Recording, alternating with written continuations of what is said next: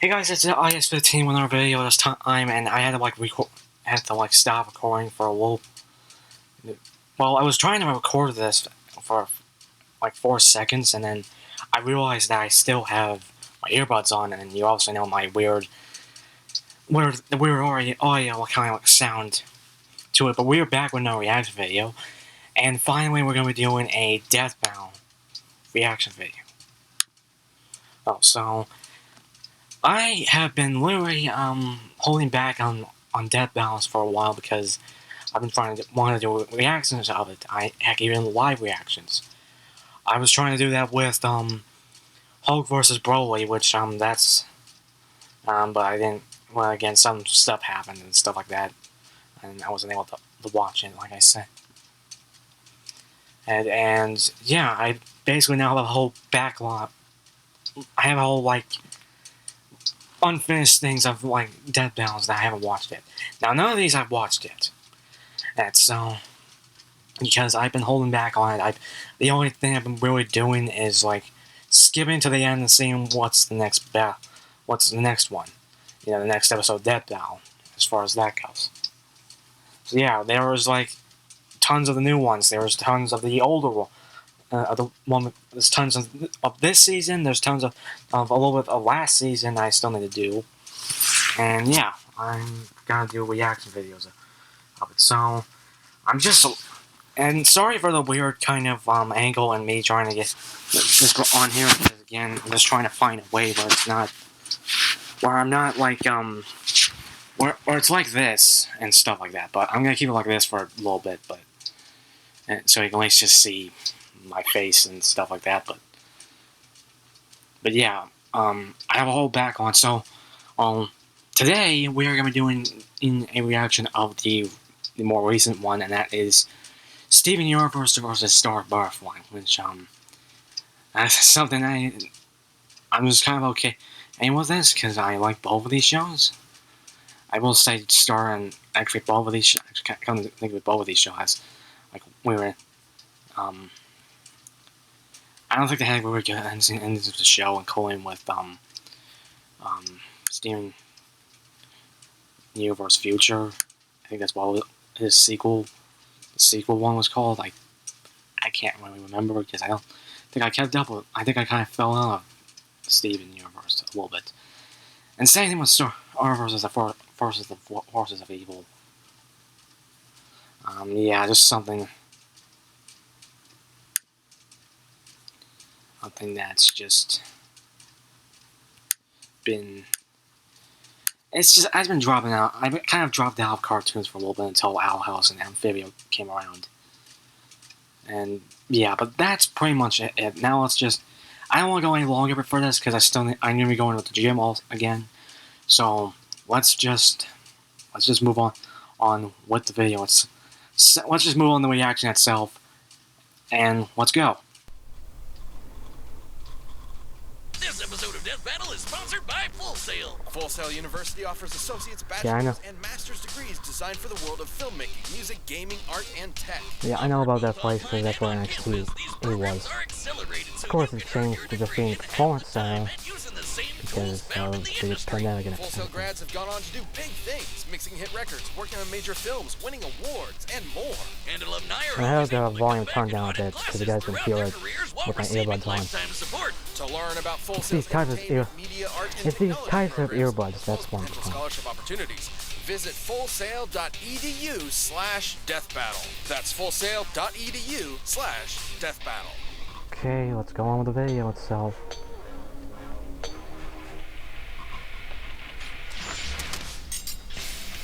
Steven Universe, a superpowered half-human, half-gem teenager.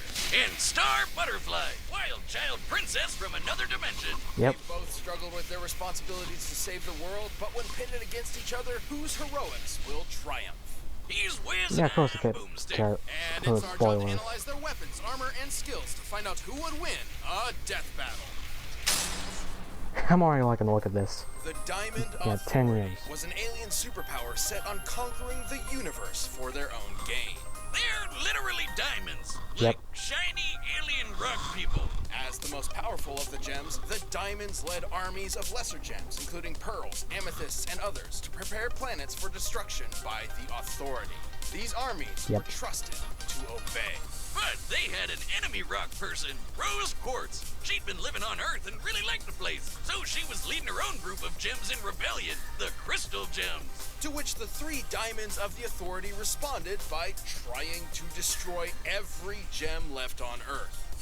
That sounds like overkill, but in a huge blast of light, every gem was corrupted or destroyed, except for Rose and her closest gems, a garnet and pearl. She'd managed to defend them all with her shield. Given the light emanating from this attack and its distance, we can estimate it to be over 843 million tenajoules per second of energy. Joules? More like jewels, am I right? That's what I said? No, like with the W. Never mind. Well, now with the diamonds rebuffed, Rose was able to settle down, and she even met a human she got along with, Greg Universe. What a badass. I wish my last name was Universe. They got along so well that one thing led to another, and, whoops! Rose had to give up her body so their son could be born. True to his heritage, Steven has many gem-related powers. Since when Rose gave up her body to create him, she effectively gave him all of her power as well, including her own gem. And while Steven's a stalwart pacifist, this led to him following in her footsteps to defend Earth from the diamonds when they inevitably return. But he's got plenty of ways to defend himself and the others. He can create shields and bubbles to protect from different attacks. Sorry, my hair's all messed up and weird. And shape-shift to get bigger. He can also control his personal gravity to float or jump as high as he wants. And he can even fuse with other gems. Yeah, there's that. Wonder what a fusion between us would look like. Fusions tend to result in a more powerful entity than the sum of its parts, but I'm not sure that would happen. Yeah, you're right. You wouldn't be able to handle it. Sure. Anyway, as a gem, Steven is much stronger than an average child. While he doesn't look for conflict always seems to find him. Right. Like when he's taken on huge monsters or pushed through the G-forces of faster-than-light travel. And when he's in a fight, he combines that crazy strength with awesome speed and agility. He can outrun an alien security system with electric fire and ice attacks, and he's dodged lasers. Even if he can't get away in time, Steven survived an entire temple exploding and taken hits from a bunch of gems, which is huge. I mean, Garnet once punched so hard she could split a mountain. Another gem he's on par with, Lapis, telekinetically lifted the entire ocean into the atmosphere. Boomstick, do you know how heavy the ocean is? No, do you know how heavy the ocean is? The effort required for that would be anywhere from 92 petatons to over 10 zetatons of TNT. Man, that's a lot of water. There's a bunch of things I don't know about, but again, these all in Titanic stuff. Since they can defend against attacks from the diamonds themselves. Not even Steven's spit could have helped with that attack. Oh, if you haven't heard, his spit can heal people. His saliva can even give plants, like fruit, humanoid form. Just spitting out seeds from a watermelon has gotten Steven in quite a bind before. That's not gonna pop up and attack me, is it? No, Boomstick. Regular watermelons don't attack people. But depending on Steven's emotional state, he has varying control over his plant-based life form.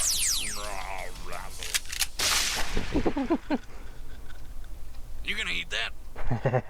Aside from his spit, Steven's tears have brought people back from the dead. They just turn pink and have powers of their own after. It's weird.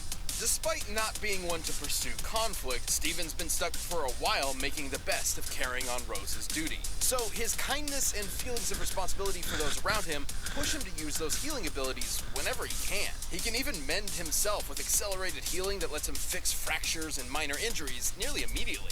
And when Steven's knocked out, he can leave his physical body, sort of like a ghost. The drawback is he can't physically interact with anything while he's projecting. But when Steven goes to sleep normally, he can possess other people's bodies. Good luck trying to fall asleep in a fight, though. I've tried. But protecting the Earth wasn't the only surprise Steven's mother left for him. As it turns out, she was never actually Quartz at all. She was, in fact, Pink Diamond, one of the heads of the Diamond Authority. What? Despite being sent to Earth to conquer Yeah. it, she fell The in love with biggest the planet, question. which led her to give up her title and transform into Rose One of Quartz. the biggest All of twists this of was plot, withheld from Steven for most of his That's life, why he as went- Pearl worried how the truth might change him. Oh, believe me, parental trauma will take a toll on anyone's mental state. And when Steven gets too overwhelmed, he taps into his latent diamond abilities, making everything way stronger and way killier. In this, his pink state, he's so fast his perception of time slows to a crawl. His bubble and shield become hexagonal and strong enough to crush other gems. Like when he lost control of his emotions in a fight with Jasper and killed her. He did bring her back to life with his super tears, but that kind of stuff made him think he was a monster, and he basically turned into a pink state Godzilla. But this wasn't Steven hulking out all of a sudden. It was the result of a full emotional breakdown after years of stress and trauma. Luckily, his friends came in clutch and it worked out okay. But he still risks becoming a monster if he's ever completely emotionally broken. With the support of the Crystal Gems, his dad, and his friends, Steven managed to work through his personal issues, so hopefully he's not faced with becoming a monster ever again. So that's one less monster to worry about, Tokyo. And Sorry I'm not since saying Monster anything, but Steven again, has the just same mostly power listening as to his this. pink state, just with absolutely no control, Steven's still powerful enough to take on anything in his way. Of course, if it was up to Steven Universe, everyone would just be friends.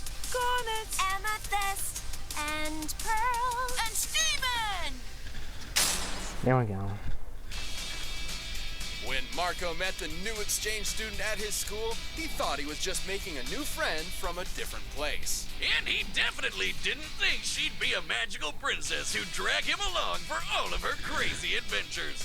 This girl from Uni Mew what? was a little weird and a little wild. And on top of bringing magic to Earth, she might have brought along a few extras as well. This displaced heir to the throne and defender against monsters was none other than Star Butterfly.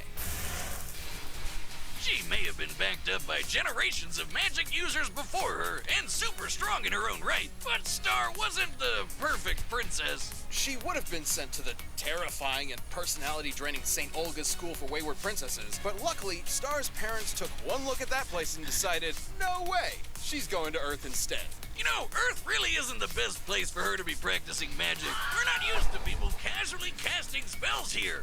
What'll humans Oh, say? Well, Scum. since Star is a Mumin, What the f*** is a Mumin? that's what the people of Muni are called. She's already superhuman compared to her peers on Earth. She survived a blast that leveled the top of Castle Muni and can use her wings to help her get out of the way in a pinch. What, those tiny things? There's no way she can actually fly with them.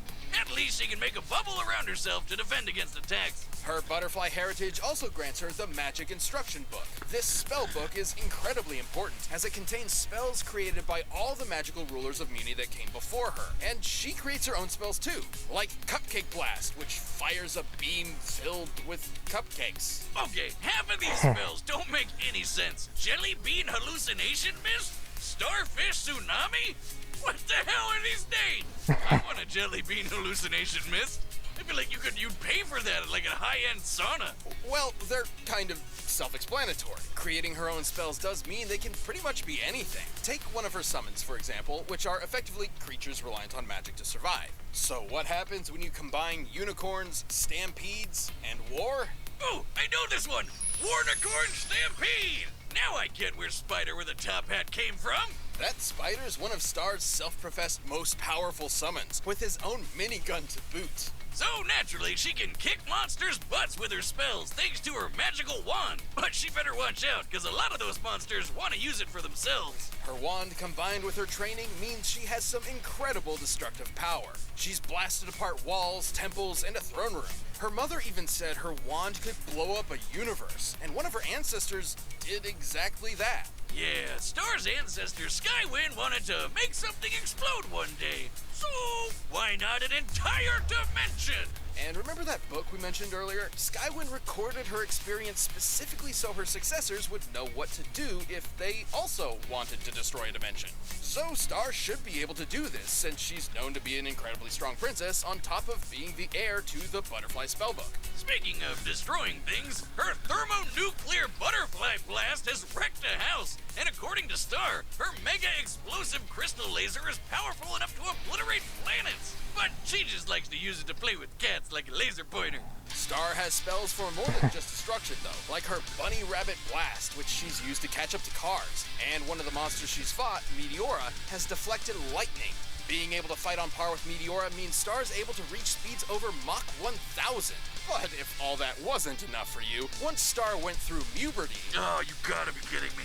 she learned how to access and control her far more powerful Butterfly form. Now that's a set of wings. I just wish peering into her eyes wasn't like peering into the 9 layers of hell. It's obviously a stand-in for puberty. Star compared the process of attaining it to, quote, suddenly looking at boys as if they were made of bacon. Like you've never eaten it in your life, and all you want to eat is bacon. So what you're saying is if I eat enough bacon, I can get magical powers? Anyway, through her time in various dimensions, fighting monsters and defending her friends, Star's become strong enough on her own that she no longer needs her wand. In fact, her wand only ever served as training wheels to help her harness this magic herself. Soon enough, though, she realized monsters weren't actually the bad guys, so she started to fight for them instead of against them. This wasn't a popular decision with humans, but Star knew it was the right choice and followed through. Unfortunately, the fighting continued, and Star realized in order to truly quell the conflict, she needed to fight magic itself. So her mother, her great-whatever grandmother, and Meteora all banded together to cast the Whispering Spell in the realm of magic. This spell is designed to silence or end magic, and when cast within the realm of magic, it destroyed magic itself. All of it. But doesn't that mean she killed all the magical creatures across the different dimensions because they need magic to survive? Yeah, we don't talk about that.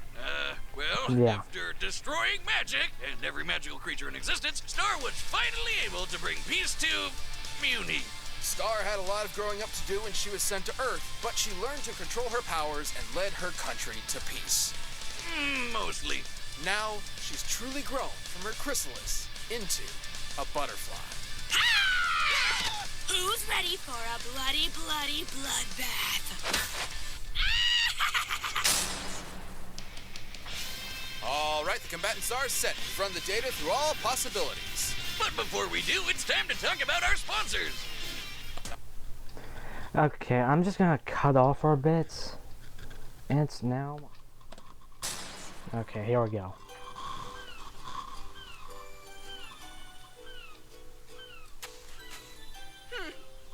That looks pretty good. Again, it's still...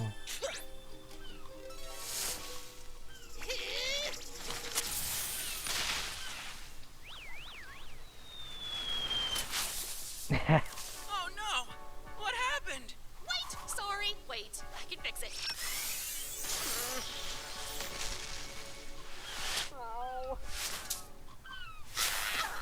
Okay, I think I have a better idea.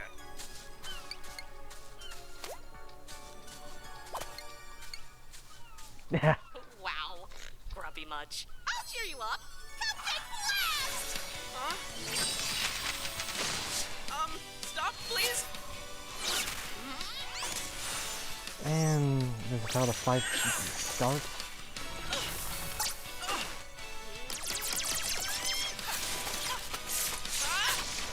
What did sandcastles ever do to you? I don't know. You know, it kind of had this battle started weird anyway.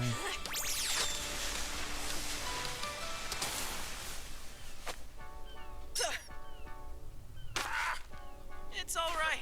Take your time. Check this out.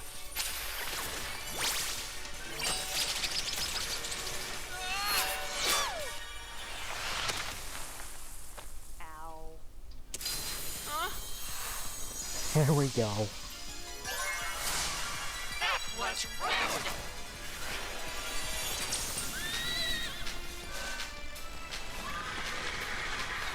What's wrong with you? Just leave me alone.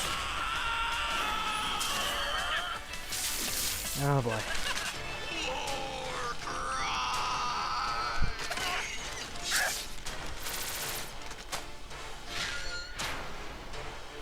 See you later, Pinky!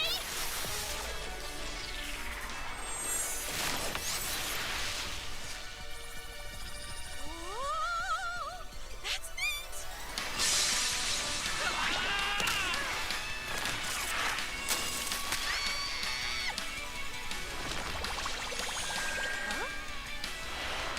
And Goodbye, weird bug girl. did they say bug or something else? Never surrender!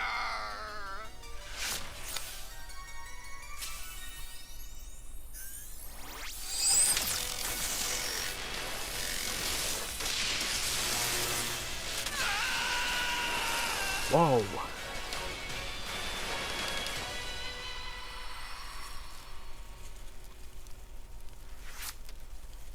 Oh my gosh. I won! Heh. KO! I don't think she won what she thought she won there. Steven definitely had a better sandcastle. With Steven's strength and healing abilities, Star was definitely between a gem and a hard I don't place. know, I kind of thought And when Steven Steven went would win. pink, made it a whole lot tougher on her. Then And again, since Steven was an there are alien some like gem and differences not between technically power magic, between Star's these two. whispering spell couldn't touch him, but she still had the advantage in the end. Steven was physically superior, Okay, at I least need- to Star's everyday Oh my God, appearance. sorry if I Star need to could move this. survive explosions worth a few dozen tons of TNT, but he could match Garnet's mountain-busting might. However, everyone knows this matchup would rarely ever resolve in fisticuffs. Even with how out there some of Steven's powers were, the sheer versatility of Star's magic was simply not something he was equipped to outmaneuver or overpower. Sure, his laser feats mean he was faster than Star in her lightning feats, but Star's butterfly form and transportation magic meant she had plenty of ways to work around that. Not to mention, she mastered her super-powered bug form while Steven never mastered Pink State. And she didn't even need her wand to go full power, so disarming her meant jack squat. It is possible Steven could match the power of the Diamond Trio, since Pink Diamond was able to defend against them alone. 843 million tenajoules, or about 2 tenatons of TNT, is certainly nothing to scoff at. But Star had spells that could destroy a whole planet, and probably even a universe. Pun intended. She could basically one-up any level of power Steven tried to throw at her, even if he Yeah. did go full pink monster mode. Steven was pushed to the limit and gave it his best, but Star's raw power and her versatile spellcasting were impossible to beat. Butterfly on home, Star. You've had a genuine win. The winner is Star Butterfly. And there we Thank you go. for watching. Stay tuned, we'll be jumping into the next matchup next week. But you can always get more Death Metal right now by clicking one of those boxes right over there, and by downloading the battle music linked down below. Next time, I actually already know because I watched like, well, not the full battle, just this part.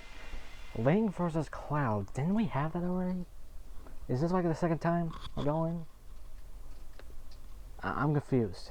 Here we go. This is like, I don't even know how much time I've been doing this outro. I just want to make it a little shorter. I will say that. Even though it's probably not going to be a little bit, this video is not going to be short with the, well, with the depth out itself, but let's just go over this one. And yeah, I'm just holding this, mostly because, again, I'm just really don't know. I just don't want to, like, place it where you just see, like, just shells under my eyelids, even though you're seeing, like, just gray under my eyelids anyway. Because that's what I get for, like, staying up so late. But, yeah. So, going over this, Death Battle itself, it was pretty good.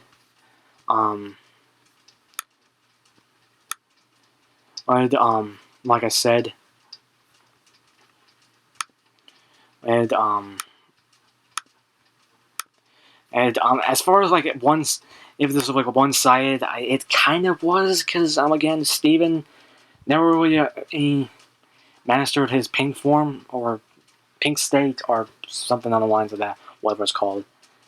And then Star actually mastered her forms and even mastered her magic without her wand, because again, Steven's show ended was rushed.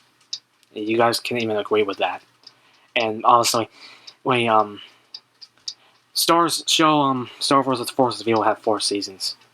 Pretty sure 4 seasons, because that's what's on Disney Plus. But yeah, of course, both of them still had disappointing endings. Everyone can agree with that. Even I can agree with it. Even though I kind of dropped out of it, but you get my point. But yeah. I don't know. I can literally just go on forever if this was like one-sided. It's just, I don't know. It's just. This episode of Death Battle is sponsored. Sorry for that. So I meant to pause that. I'm just pulling up the comments real quick, just seeing a bunch of these things.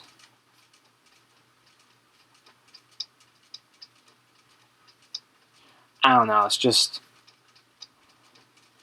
I don't know. It's just really. I can go on forever about this.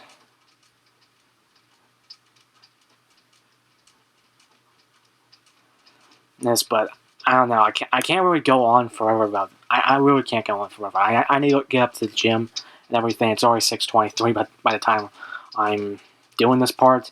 So I'm probably gonna end up doing John Mox. So the John Mox review later. Just to show you real quick. Yeah, you can see right there. You can see Dean Ambrose. You can see the bots. I'm planning to do the review. At least him. I don't know if I'm gonna do another line collection or figure review. I don't really have that much line collection figures left. I just have Zeo and Dino Thunder White, Blue. Dino Thunder White, Blue, and Red. And yeah, I really don't have that much left because I'm a little bit behind on it. But not the point. Again, I'm sorry if I didn't do too much reactions to it, and also I'm sorry for the weird placement of the camera because, again, I really do need to get a chair there because I really hate seeing just sitting like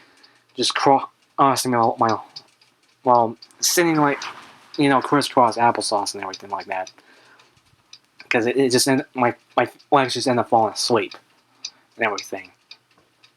But yeah, I can. What is that noise? It's been going on for like who knows how long. I don't think I can hear that in the background, but yeah. Again, it's kind of one-sided, but it kind of isn't at the same time, and it's just kind of okay. It's probably gonna be once. It's not. I don't think it's gonna be one-sided. It's not one-sided for me, but it's kind of like It will be kind of like it'll have like the fan base is divided again, because mostly with the outcome and everything.